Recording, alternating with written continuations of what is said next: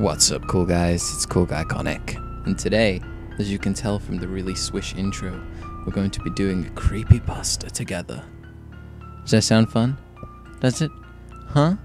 Also, I need to mention that the footage in this video comes from an amazing YouTuber named John God Games.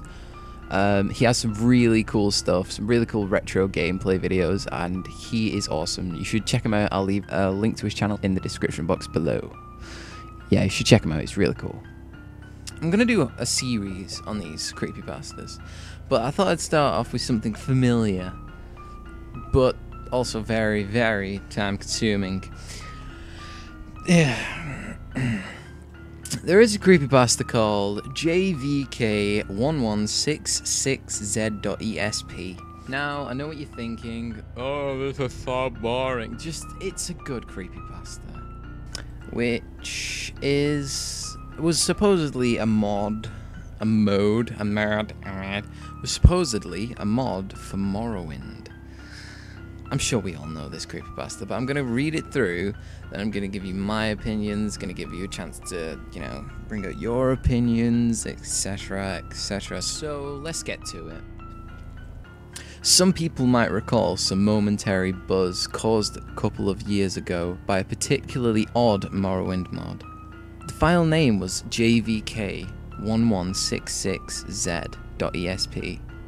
It was never posted on any of the larger Elder Scrolls communities, usually just smaller boards and role-playing groups. I know in a few cases, rather than being posted, it was sent via PM or email to a chosen few. It was only up for a few days, to the best of my knowledge. It caused a buzz because it was a virus, or seemed to be. If you tried to load the game with the mod active, it would hang at the initial load screen for a full hour and then crash to the desktop. If you let it get that far, your install of Morrowind, along with any save files you had, would be completely corrupted. Nobody could figure out what the mod was trying to do, since it couldn't be opened with the construction set. Eventually, warnings were distributed not to use it if you found it, and things died down. About a year later, in a mod board I used too frequent, someone popped up with the mod again. He said he was PM'd by a lurker who deleted his account immediately after sending.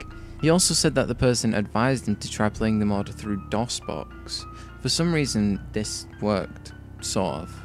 The game was a bit laggy, and you couldn't get into options, load game, the console, or anything else really, other than the game itself. The quick save and quick load hot buttons worked, but that was it, and the quick save file seemed to be just part of the game file, so you couldn't get at it anymore. Some speculated that the changed game used an older graphics renderer, making DOSBox necessary, but it didn't look any different. This part I can speak about from personal experience. When you start a new game in JVK, as the board came to call it, once you left the starting bit of the census office and came into the game proper, the first thing you notice is that the prophecy has been severed box pops up. This is because every single NPC having to do with the main quest is dead, with the sole exception of Yagram Bagan, the last of the Dwemer. The corpses never despawn, so you can go and check on all of them. In effect, you begin in the world which is doomed to start with. The second thing you notice is that you're losing health. It's only a bit, but it keeps happening. A little bit at a time. The longer you stay in one place, the quicker it seems to occur. If you let this health loss kill you, you'll find the cause.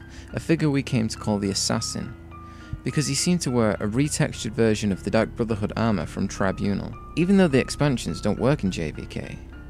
It's all black, completely untextured, like it's just a hole in space. The way he moves, he gave me quite a start. The first time I saw him scuttling around my dead body, he crawls inhumanly on his hands and feet. His arms and legs splayed out like a spider. You'd usually only see him after death, crawling around and over your body just before the reload box popped up. Occasionally you'd catch a glimpse of him darting around a corner, or crawling on a wall or ceiling. It made the game very difficult to play at night. Other than that, the only noticeable difference is at night, at random intervals, every NPC in the game will go outside for a few minutes. During this time, the only thing they will say when hailed is, "Watch the sky." Once they return to their normal behaviour, they act like normal though. After a while, a player on the board discovered a new NPC named Tierras, a male Dunmer in the Temple of Ghostgate. Two things are noticeable about this NPC. First is his robe, a unique article of clothing that was lovingly rendered with twinkling stars all across it, looking like a torn off chunk of the night sky. The second is that all of his dialogue, in addition to showing up in the dialogue box, is voiced. You can skip it if you wish, but it all sounds like it's the default male Dunmer voice. Some people said that they thought the voice was slightly different, but it was a very, very good imitation. I won't go into detail, but the questline he sends you on has to do with a dungeon referred to simply as the Citadel. Up until this point, the quests were all fairly generic: discover the secrets of the ancients, bent. The entrance to this dungeon is on a small island far to the west of Morrowind. I eventually discovered that if you use a scroll of Vicarian flight at the westernmost point on the main landmass and jump directly west, you'll end up almost exactly at the island. Even though the dungeon is called the Citadel, it goes straight down. It dwarfs any other dungeon, both in size and difficulty. From a natural cave area, you'll proceed down into an ancestral tomb-looking area, then a Daedric ruin area, and then a Dwemer ruin area. I made it down to the Dwemer ruins before I quit. The creatures here were strong enough that a level 20 character would have to take care, and since you can't use the console in JVK, level 20 took a while to get to. Since quick save and quick load are your only options, it's all easy to get yourself into an impossible situation too. I did, and I just didn't have the energy to start over. Now what I'm telling you is based on what those few who went further reported. Past the Dwemer ruins, you find yourself in a level like the Dwemer ruins, but darker. Rather than the usual bronze, all the surfaces, including those of the creatures, are black. The sounds of machinery are loud here, and grow louder still, randomly. There's also steam and fog everywhere, limiting your vision to about 10 in-game feet or so. If you can make it through all this, you'll reach a hall that those who found it call the Portrait Room. Like the fire and torches or other effects from the early 3D games, this room has picture frames that always face directly at you, no matter how you look at them. The images in the frame were always randomly chosen images from your My Pictures folder. On the board, the ones who got there had some fun posting screenshots of the portrait room with various pictures in the frames, usually porn of course. At the end of the hall was a locked door. After admitting defeat and returning to Tierras, everyone just found him saying, "Watch the sky," in his gravelly voice. What's more, nobody else in the game would say anything. There was just a complete blank dialogue box with no option at all. They wouldn't even rattle off the usual canned audible greeting. The only exception was at night. Whenever they'd go out for a few minutes, they'd still repeat it, "Watch the sky." At this point, one of the players, a friend of mine from the board, noticed, and a few others who got this far agreed, that the sky was no longer the usual night sky of Tamriel. It had changed to a depiction of a real night sky, and it moved. From this point on, everything is based on what this one person reported.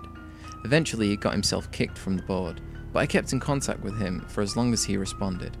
According to him, based on the constellations and planets, the sky started around February 2005.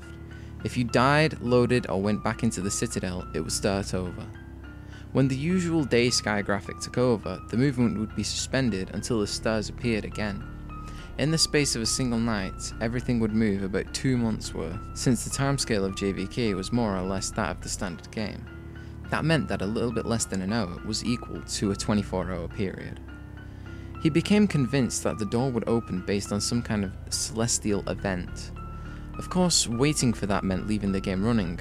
Of course, that meant the game couldn't be left unattended, thanks to our old friend the assassin. My friend decided he'd hang out for a whole day, just to see if anything happened. That would be about a year's worth of movement.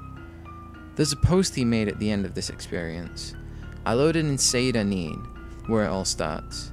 It wasn't too bad. Just had to check in now and then, move around, and heal to make sure I wasn't dying. But check it out, 24 hours exactly in, and the assassin learned a new trick. He screams! I was reading, and all of a sudden this crazy loud shriek just made me crap myself. It's like something out of a horror movie. I look up, and there he is, just crouched down right in front of me. Of course, the second I moved my character, he ran off. When I went back to the portrait room, the door was still locked. Damn it. A bit later, he came to the decision that he needed to wait 3 days. 3 years. The PM advising us to try DOSBox showed up in February of 2008 was his reasoning anyway. After the first shriek, the assassin stops hitting you out of nowhere. Now he'll shriek, and if you don't move for a few seconds after that, he hits you. I think whoever made this mod was trying to help. At night, I've got my headphones on, and I was just kind of dozing off when he wakes me up with a shriek. I jiggle the mouse, and I'm good. That post was 2 days in from his laptop, once it was over. Fuck. So f***ing done. So I wait 3 days, right? And right after the f***ing assassin made me jiggle the mouse, he shrieks again. So I look, and everyone in town is outside. They're all saying, watch the sky. I don't see anything though. But then the game starts getting dark, like really dark. I turn up the brightness all the way on my monitor and I still barely see. I can see other people in the game, little figures running around in the distance, just running back and forth. If I try to get close, they run off. Now, I was trying to sleep, so the lights were off, and this is kinda creepy. I don't want to get up to turn on my light, because I don't want to miss anything, but nothing f***ing happens. Eventually, I go back to the Citadel. It's still dark, and I gotta swim. And the whole time I can see all these guys swimming all around me, just barely there. I made it to the Citadel, and it's normal light outside, and I get worried. Sure enough, the portrait door is still f***ing closed. I go outside and it's all starting over. So that's it, I'm f***ing going to bed, and I'm f***ing done. The end. After that, 2 things happened. First, another of the people who got to the portrait room claimed that the assassin was showing up in his regular Morrowind game. Quick explanation, if you reinstall Morrowind to a different folder, you can have a normal Morrowind install along with JVK. He himself chalked it up to an overactive imagination at first, but he reported a couple of really big scares with the black figure crawling right at him, or seeing it waiting for him around a corner before scuttling off. Another of those who reached the portrait room started a regular Morrowind game, but never saw him for sure. It was just a couple of maybes late at night and always at a distance. The second is that my friend started getting really abusive and short-tempered on the board. Though he stopped talking about JVK entirely, it got so bad that he was soon kicked off. I didn't hear anything from him a couple of weeks after that, so I sent him an email. This was part of his reply. I know I shouldn't, but the class is out and I've got some time, so I started JVK up again. It's almost 2011, and I think I've got sleep madness. But stuff is happening, it's still dark. Once it gets dark, it never gets any lighter. It stays like that. The people moved a few months ago.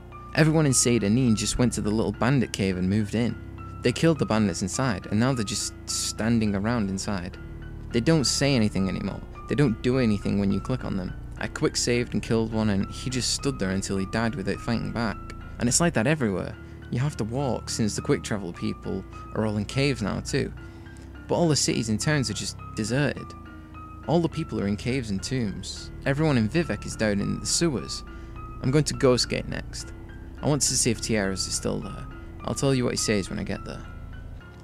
I replied and said I wanted to see what he said too, and waited a day. When I didn't get a reply, I mailed him again, and a couple of hours later he sent back. Sorry, I totally forgot. It's 2014 now. Since it's always night, the stars are always moving. The whole screen is dark, but you can still see the brightest star moving around. Tiaras was gone, and everyone in Ghostgate was gone. I don't know where they went. They're not in any of the nearby caves. But there's new stuff. People still don't say anything, but their eyes are bleeding. It's so dark that even with the light spell you have to get right up against them to see. But there they are. Little dark streaks coming down from their eyes. I think I gotta be getting close. I know this is stupid and there's no way the payoff is going to be worth it, but I just want to be able to say I stuck it out. I got that one during the day. Later that night I got a follow-up email.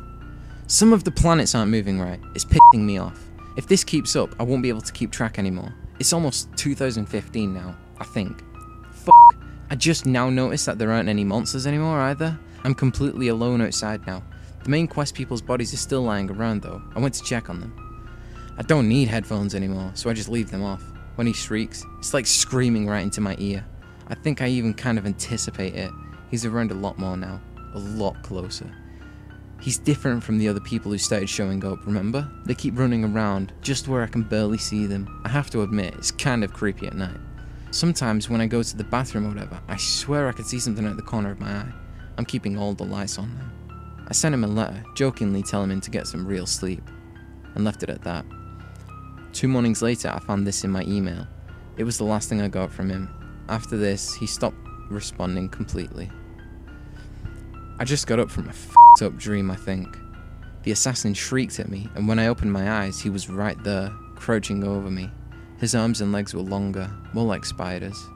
I tried to push him away, but when I touched him, my hands just went inside and I couldn't get them loose again, like he was made of tar or something. Then I woke up, I thought.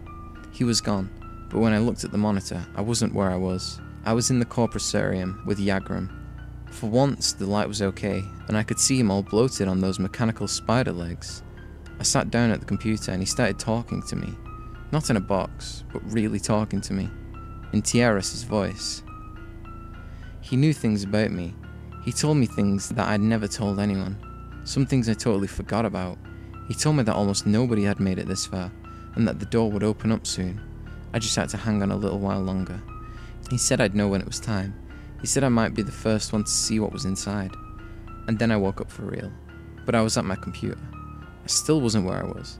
I was swimming outside the Citadel Island, and I could hear this tapping. It's at my window. It's over on the left, so I'm sending you this, because I left my laptop by my bed, to the right. Just a little tap, tap, tap, tap, like he's knocking his finger against the glass. I might still be dreaming now. So I guess that's the end of the story. I know there's a few other stories floating around about the mod, but this is the only I know is true, as far as it goes. I deleted my JVK copy of the game pretty much right after I gave up, but I'd like to get the mod again. If anyone still has a copy of the file, I'd like to see some of this for myself. Okie dokie. Wow. So yeah, that is still one of my favorite creepypastas. It is a little far-fetched, and it is pretty long, but it is really well made. It's fake. It's fake.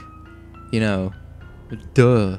But, yeah, it's just really interesting, and the author has gone into so much detail with the story and with his friend's portrayal of the story and the game. It's just wow. I think it's really interesting. It's not the best creepypasta, but it is one of my personal favorites. So, yeah, if you have any thoughts about this creepypasta of your own, just let me know in the comment section below, or send me a message, or what have you. Whatever you like to do these days. I don't know what people get up to anymore. I don't use the internet often. I have chocolate. So, yeah. See you later, guys. Stay cool.